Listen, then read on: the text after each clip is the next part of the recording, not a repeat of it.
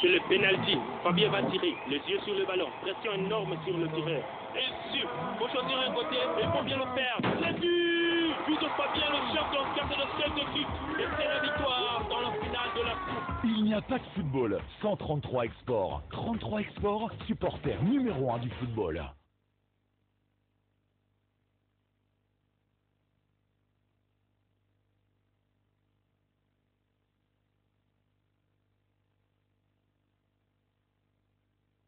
Bar et Orangina, sponsor officiel, présente du 27 juillet au 1er août 2015, Bantou Esthétique 2e édition. Bantou Esthétique, c'est un grand défilé de mode en plein air de 17h le vendredi 31 juillet avec Hervé Ngomé-Wané et Edgy Couleur du Cameroun, Yazdad et Chérida du Gabon, accompagnés par les artistes locaux. Le samedi 1er août, grande journée de clôture avec Osamo Beach pour la première fois à la plage, Michael Anissé en prestation exclusive et une grande cérémonie des 20h au Birdie. Billets en vente exclusivement au Birdie. Infoline 07 80 70 00 ou retrouvez-nous sur notre page Facebook Bantou Esthétique. Sponsor officiel Orangina, Africa numéro 1, la radio officielle Urban FM, AFJ Productions.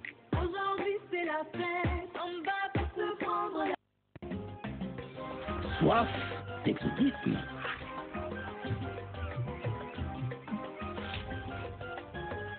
Nouvelle Slim Can 25 centilitres. Savourez de l'exotisme en boîte. Booster Pina Colada, maintenant également disponible en slim. L'abus d'alcool est dangereux pour la santé, à consommer avec modération.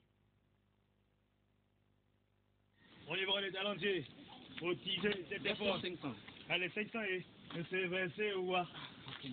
Rapide. 200 et c'est versé ou quoi? Laisse-moi 10 000. Allez, 10 000 et c'est versé ou quoi? Mais c'est chaud ici, allez, hein, c'est chaud. Donne-moi une carte de recette, move de 1000 francs. Move. Oh. Mon frère, ici, on ne gagne pas. On verse. Ici, c'est versé ou quoi? Si tu verses, tu verses. Mais donne-moi aussi, verse-moi aussi. Ah, allons-y, allez, prends pour ça. C'est versé ou quoi? Allez, prends pour ça. eMove, c'est la recharge électronique de Move. Rechargez rapidement, sans gratter et bénéficiez de 100% de bonus à partir de 100 francs CFA. 100% de bonus vers tous les réseaux. Là, c'est vraiment versé. Nous les mettons. Seigneur, purifie-moi avec l'hysope et je serai pur. Lave-moi et je serai plus blanc que neige. Depuis l'Égypte, Dieu dit à Moïse d'utiliser l'hysope pour purifier les habitants de son peuple. L'hysope est aussi utilisé pour la protection de votre foyer, votre appartement et pour vous purifier en toutes circonstances. C'est aussi une plante thérapeutique. Et oui, plantez votre arbre à partir de 6200 francs CFA. Nos points de vente, Cathédrale Sainte-Marie, Séminaire Saint-Jean, Mbolo, Maxi Cadeau. Infoline 07 32 42 82. L'hysope à tout prix dans le sang du Christ.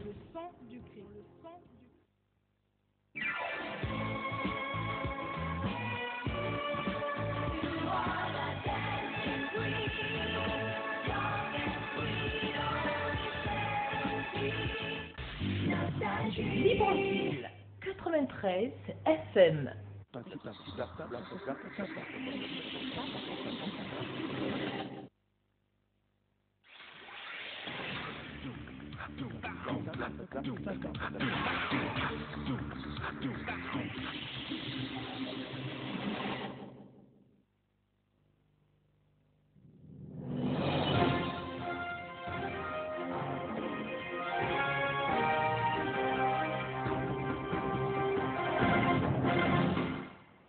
Bienvenue à tous sur cette principale édition de l'information du jour sur votre télévision, la télévision du futur. Mais tout d'abord, le sommaire. sociale en ouverture de ce TV Plus ce soir. Elle a observé un sit-in ce matin au palais de justice. La famille du jeune Mboulou Beka, ce compatriote qui a perdu la vie le 20 décembre 2014 au Carrefour Rio à la suite d'un coup de feu.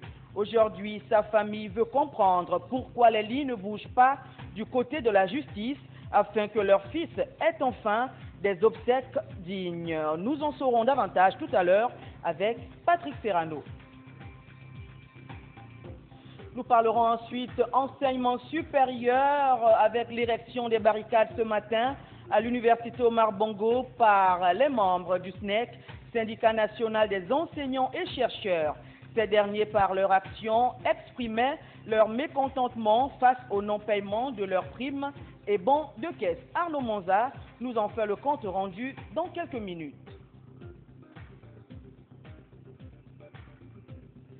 Et le dossier de ce TV Plus soir, les journalistes au Gabon, victimes d'actes de vandalisme et autres formes de violence, leurs bourreaux présumés les traquant parfois jusqu'à l'extérieur du pays, comme pour les museler.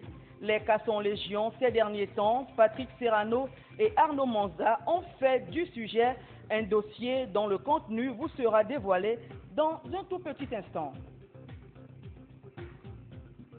Et la fenêtre ouverte de ce TV Plus ce soir s'est intéressée à la situation des aînés au sein des familles. La question est de savoir si leur échec peut entraîner celui des cadets. Nous aurons des réactions des parents avant la fin de ce journal. Voilà pour le sommaire. Le développement, c'est tout de suite. Mesdames, Messieurs, une fois de plus, bonsoir. Comme je vous le disais en titre, la famille de Mboulou Beka, ce jeune compatriote qui a été victime d'une fusillade au Carrefour Rio le 20 décembre 2014, a donc observé un sit-in ce matin du côté du palais de justice pour réclamer que justice soit faite afin de permettre à ce compatriote, du moins à sa dépouille, de bénéficier des obsèques dignes de la race humaine. Patrick Serrano, Bettines Makosso. Lundi 20 juillet 2015, il est 8h45, tribunal de Libreville, dans l'enceinte, des compatriotes avec cette banderole, Mboulou Beka, 7 mois déjà. Pas de doute, ce sont les membres de la famille de ce jeune étudiant de 30 ans assassiné froidement dans les environs de Rio, c'était le 20 décembre 2014. Leur présence ici, devant le palais de justice, est pour le moins symbolique. D'abord, l'expression d'un ras-le-bol face à l'indifférence des autorités gabonaises qui ne semblent pas vouloir apporter la vérité sur cet assassinat. Cela fait exactement 7 mois que notre petit frère, notre enfant, a été tué par les forces de défense et de l'ordre du Gabon. 7 mois après, nous pensons avoir déjà été assez patients. Nous avons attendu à ce que les voies de justice se mettent en branle. Mais 7 mois après, la loi nous autorise maintenant à nous manifester en tout lieu et en tout temps pour exprimer non seulement notre indignation, mais également notre colère. Il y a ensuite le souci de ses compatriotes de témoigner aux yeux de l'opinion de cette justice à 2 vitesses exercée au Gabon. Une justice qui, à la limite, ne semble pas se préoccuper de la protection des citoyens, puisque Mboulou Beka en était un. Cette famille, qui a depuis 7 mois souhaité une contre-autopsie pour connaître les vraies raisons de la mort de leur jeune frère, n'a jamais eu gain de cause. Que penser lorsqu'à contrario, cette même justice traque les pyromanes de la représentation diplomatique gabonaise au Gabon, elle qui justement avait en temps record réussi à trouver les coupables tapis, selon le pouvoir, dans l'ombre de l'opposition gabonaise. De la désolation, c'est du moins la lecture à faire. Attirer l'attention auprès de notre justice pour dire que lorsqu'il y a une affaire de meurtre, nous, famille Mboulou Beka, nous sommes actionnés en partie civile, alors que nous avons un procureur de la République qui devait normalement se mettre à la place où nous sommes. Voilà pourquoi nous venons manifester notre profonde indignation auprès de cette justice que moi je dirais vraiment qui ne fait pas le travail qui est dévolu. Voilà une affaire qui est encore loin de trouver une solution, aussi longtemps que la justice fermera les yeux sur ce cas Bruno Mboulobeka qu'il faudra un jour, qu'on le veuille ou non, régler absolument. Une autre colère, cette fois-ci, celle des agents du centre psychiatrique de Mélène, suite à leur attente qui se fait plutôt longue par rapport à la non-matérialisation de leurs revendications. Le reportage est signé sur les images de Guy-Serge Dinzambou. Ils étaient presque tous réunis sous les manguiers au centre psychiatrique de Mélène, les agents de cette unique structure spécialisée de l'Afrique centrale. Des plaintes des usagers désireux de bénéficier des prestations de ces techniciens et autres spécialistes d'une part, et la non-matérialisation des promesses tenues d'autre part, sont autant d'éléments qui imposent le durcissement du mouvement de ce personnel. La situation est au statu quo jusqu'à ce jour. On avait une lueur d'espoir après que le président de la République ait dégagé une somme à hauteur de 580 millions, une enveloppe spéciale. Et les entreprises adjudicataires sont passées sur le terrain. Ils ont fait leur évaluation qui était à hauteur de 700 millions. Et nous nous sommes dit qu'avec déjà une enveloppe de 580 millions, tout pouvait bien se faire. Une semaine après, nous avons constaté toujours le silence et nous sommes au deuxième mois. Rien ne s'est dit, rien ne s'est fait. Autre fait fâcheux, les conditions de travail. On va travailler où? Comment? Avec quoi? C'est ce dont on a besoin pour travailler. C'est cela, les revendications sont formulées au niveau des outils de travail. Et nous ne les avons pas. Comment voulez-vous bien que l'on travaille? Aucun travail ne serait efficient si nous n'avons pas de plateau technique. La santé, c'est quand même un domaine assez très sensible. Donc, la santé, on ne fait pas de l'à peu près. Si d'aucuns pensent qu'on peut faire de l'à peu près, mais c'est triste. Le personnel du centre psychiatrique de Mélène assure à peine le service minimum et interpelle les pouvoirs publics en vue de la matérialisation de leurs revendications. Et cette triste atmosphère au centre médical de Lui, où le personnel était absent au poste du fait des mouvements d'humeur initiés à l'issue du non-paiement ou de la non-perception de leur prime d'incitation à la performance. Le constat a été fait par Nathalie Oké et Bettines Makosso. Ambiance délétère au centre médical de Lui ce lundi matin. Une unité de soins de référence dans le 1er arrondissement de notre commune. Les employés et autres personnels soignants, tous à 100 de leur poste de travail depuis ce lundi matin. Calvaire pour les patients, lesquels étaient surpris de cette atmosphère lors de leur arrivée sur les lieux. Personne pour expliquer les raisons de ce désert de poste au centre médical de Lui. Seul un coup de fil anonyme nous donnera une réponse, à savoir le problème de prime d'incitation à la performance qui n'aurait pas été reversée à ses employés serait l'une des raisons de cette humeur triste au centre médical de Lui. Ajoutez à cela le problème de quote-part des sages-femmes, celui de conditions de travail qui serait également évoqué par ses employés. Ambiance qui n'était pas la même dans les autres structures sanitaires du Gabon, à l'exemple de l'hôpital régional de Mélène, où le personnel soignant était bien présent à son poste de travail, malgré le non-paiement de la prime d'incitation à la performance et les primes internes. Nous y reviendrons. Revenons un temps soit peu sur le centre psychiatrique de Mélène. Au regard de toutes les plaintes enregistrées et désagréments causés, peut-on dire ou penser que l'on va vers la fermeture du dit centre? Reportage sur les images de Guy-Serge Dinzambou. À peine 23 malades internés aujourd'hui sur une pléthore hier, des bâtiments vétustes, un plateau technique quasi inexistant, le matériel roulant sur cale, les rares malades presque abandonnés à eux-mêmes et un personnel sous peu démotivé. Telle est la situation de ce qui reste de l'unique centre spécialisé en psychiatrie du pays. Au regard de ce panorama, va-t-on vers la fermeture du dit centre? Ce sont les autorités qui ont le pouvoir de répondre si effectivement le centre de santé mentale doit mourir, on doit le fermer et puis réaffecter le personnel ailleurs, ou s'ils ont une volonté de redonner vie à ce centre, ils n'ont qu'à refaire les travaux qu'on a demandés et puis nous sommes disposés à reprendre du service. Ce sont les autorités qui doivent répondre à cette question. Pourtant, la fermeture en question est consommée de fait depuis bientôt 2 ans. Depuis qu'on est fermé, il n'y a pas d'hospitalisation, donc il n'y a pas de nouveaux malades qui sont admis au sein de l'hôpital, mais il y a un groupe que nous appelons les résidents, qui sont des démunis, qui ont été délaissés par leur famille, qui sont ici depuis plus de 20 ans, hein, qui vivent ici. Et je pense qu'ils étaient, le chiffre que j'ai en tête, ils étaient 23, hein, 23 des patients qui sont résidents ici. Donc eux, ils ne bougent pas, ils sont logés à l'ancien quartier. Les agents du mourant centre psychiatrique de Mélène ne demandent qu'une structure fiable pour mettre leur savoir-faire à la disposition de la population.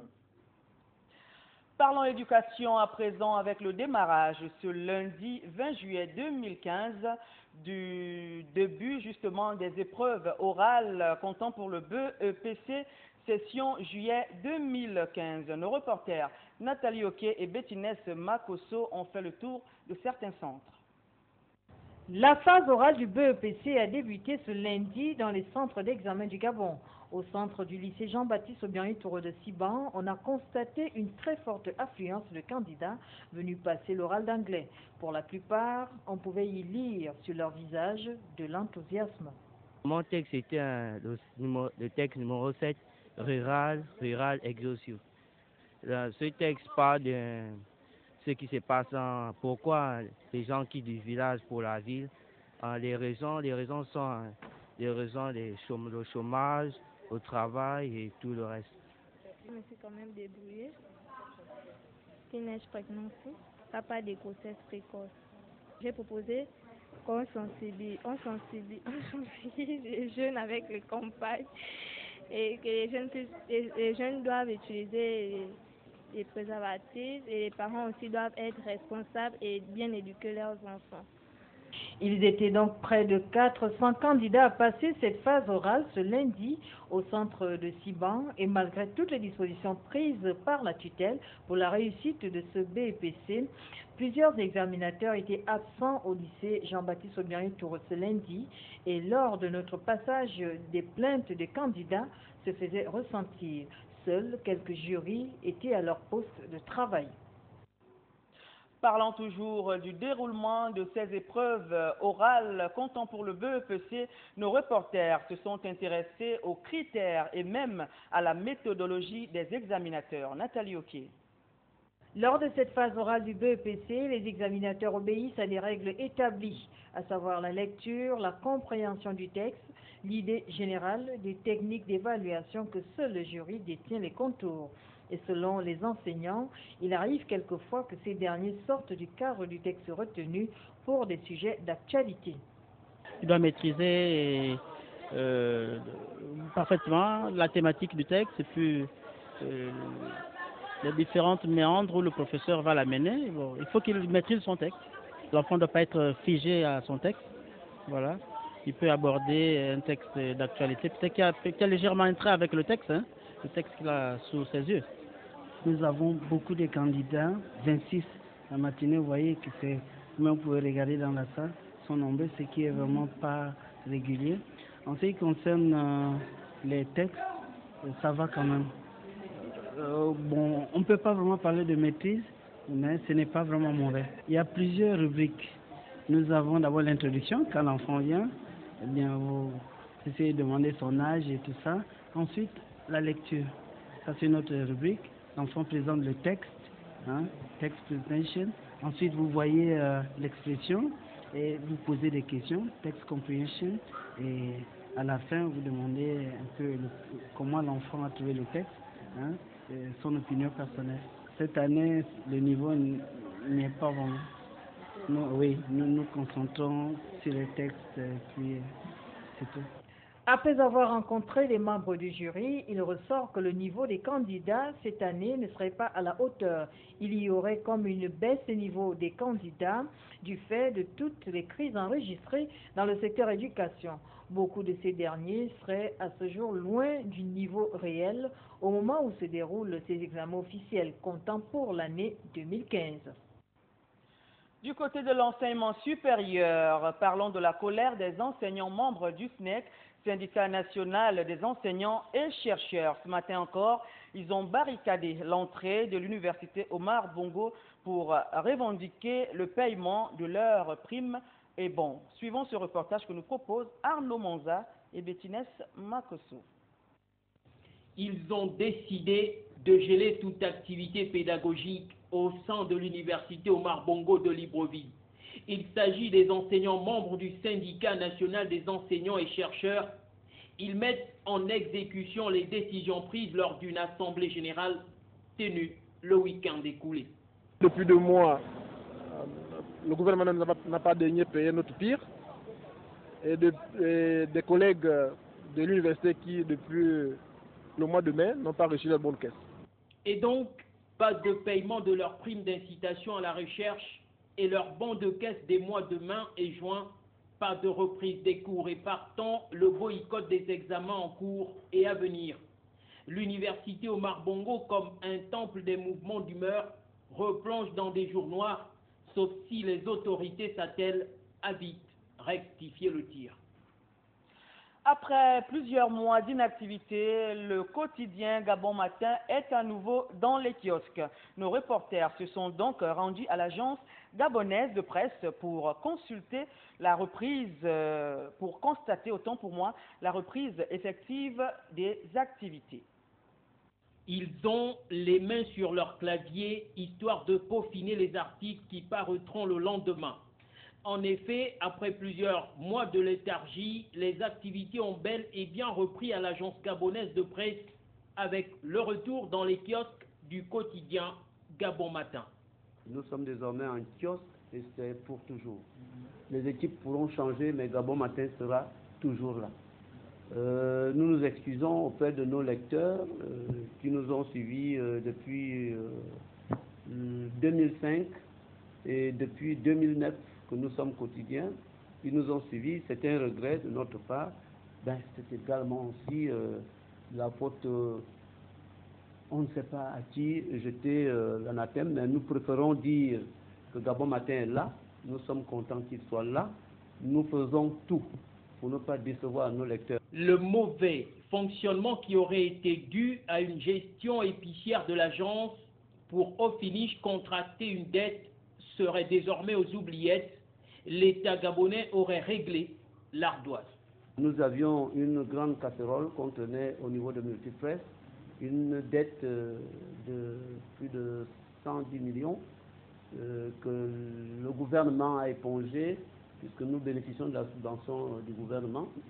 J'entends l'agence gabonaise de presse puisque Gabon Matin n'est qu'un produit de l'agence gabonaise de presse à côté du site internet. Donc la subvention nous a permis de nous acquitter de nos dettes qui ont été contractées, j'allais dire par maladresse. Nouveau départ avec une nouvelle équipe plus outillée que jamais au grand bonheur des lecteurs. Mettons le cap sur le volet dossier de ce TV+ ce soir avec la traque des journalistes qui semblent ne pas avoir de frontières car même exilés, le danger est à leur trousse. Le cas de Jonas Mulenda qui a échappé à la mort. Arnaud Monza. Voilà ce que ça coûte lorsqu'on est pris des valeurs démocratiques et de liberté et surtout lorsqu'on appartient à la presse libre, très souvent taxée de contre-pouvoir. En effet, Jonas Mulenda, journaliste en exil, et Marie Ambor Mbang viennent d'échapper à ce qui s'apparente à un attentat sur l'autoroute alors qu'ils étaient en route pour Paris. Se dire que la traque des journalistes, des médias de libre expression traverse les frontières, toute chose qui fragilise la sécurisation des journalistes en fonction partout dans le monde. Selon des sources proches du dossier, le véhicule aurait été saboté tant le tableau de bord ne signalait aucun inconvénient. Il va sans dire que les journalistes exilés devront faire preuve de plus de vigilance. Le danger permanent est désormais leur compagnon, faute de refuser d'être caporalisé, d'être aux ordres, d'être le chantre d'un régime à ce que beaucoup jugent totalitaire. Toujours dans le cadre de ce dossier, au Gabon, le journaliste ne semble pas avoir la protection qui lui est due en tant que citoyen de cette nation. Les exemples sont donc nombreux, ceux appartenant à la classe des journalistes libres, considérés comme de véritables bêtes à chasser. Il y a quelques heures encore, nous apprenions l'incendie du véhicule de journalistes en exil en France, complot ou tout simplement un malheureux incident. Nous avons en ligne depuis la France Jonas Moulenda, interviewé par Patrick Serrano. Monsieur Jonas Moulenda, bonjour. Bonjour. Vous êtes où exactement au moment où je réussis quand même à vous avoir en ligne? Je viens de regagner Paris à la suite de ce qui s'est passé hier. J'étais allé en Normandie avec les amis de la lutte, Marie Amourban, Colette Rebouka et Marie-Noël Sénégal. Sur le chemin de retour, à quelques 15 km de Normandie, notre véhicule a pris feu de manière vraiment impromptue parce qu'on ne s'attendait pas à ça. Le tableau de bord n'a pas signalé un problème alors qu'il s'agit d'une voiture américaine qui fait que si vous ne mettez pas votre ceinture, la voiture ne va pas. Et tous les mécanismes étaient en fixe, mais on n'a pas compris ce qui s'est passé. Le véhicule a eu une détonation, après ça a pris feu. Nous sommes précipités au sol, on n'a pas été touchés physiquement, mais nous avons perdu des affaires à bilan. Alors, vous pensez que le véhicule n'a pas eu un problème mécanique? Non, le véhicule, c'est un véhicule qui est à l'état neuf. Un véhicule qui suit régulièrement les visites techniques, il ne peut pas avoir un problème mécanique. Et s'il y avait un problème mécanique, ça aurait pu être signalé sur le tableau de bord. Mais rien, il n'y avait aucune anomalie. Et nous avons démarré, comme nous sommes partis, nous avions le véhicule dans la délégation, et c'est le seul rapport dans lequel je me trouvais. C'est plus feu que lieutenant. Mais entre-temps, nous avons déjà appris un certain nombre de signaux qui n'étaient pas bons au niveau de la manifestation. Nous étions avec nos amis du camp d'en face, qui nous regardaient en chez de Foyard, à lequel à 2 h du matin, nous avons surpris un ressortissant arabe qui nous a supplié de l'accompagner à moins de 1 mètre de l'hôtel, à bord de la voiture, on a refusé. On ne comprenait pas que quelqu'un qui va à moins de 100 mètres demande qu'on le transporte. Et on a compris qu'il y avait quelque chose qui n'allait pas. Déjà, à ma porte, la nuit, j'ai senti que c'est comme si quelqu'un voulait l'ouvrir. Et je n'ai pas essayé, donc j'ai passé pratiquement une nuit blanche. Et le matin, j'ai dit à mes compagnons qu'il y avait quelque chose qui n'allait pas très bien, qu'il fallait qu'on dégage. Et c'est sur le chemin de retour, justement, que ça s'est produit. Et vous imaginez, ça intervient juste après une pluie de menaces de mort que j'ai reçues. Et ce matin encore, il y a quelqu'un qui, de manière implicite, a revendiqué tout attentat. C'est quelqu'un qui est du pouvoir en place, qui dit que ce n'était qu'un avertissement et il fallait poser des tests pour éviter le pire. Et pour ce message sur la page Facebook, vous pouvez consulter. Avez-vous tenté de contacter quand même les autorités françaises, notamment la police? Bien sûr. Déjà, j'avais déposé une plainte il y a une semaine. Et sur place, là où il y a eu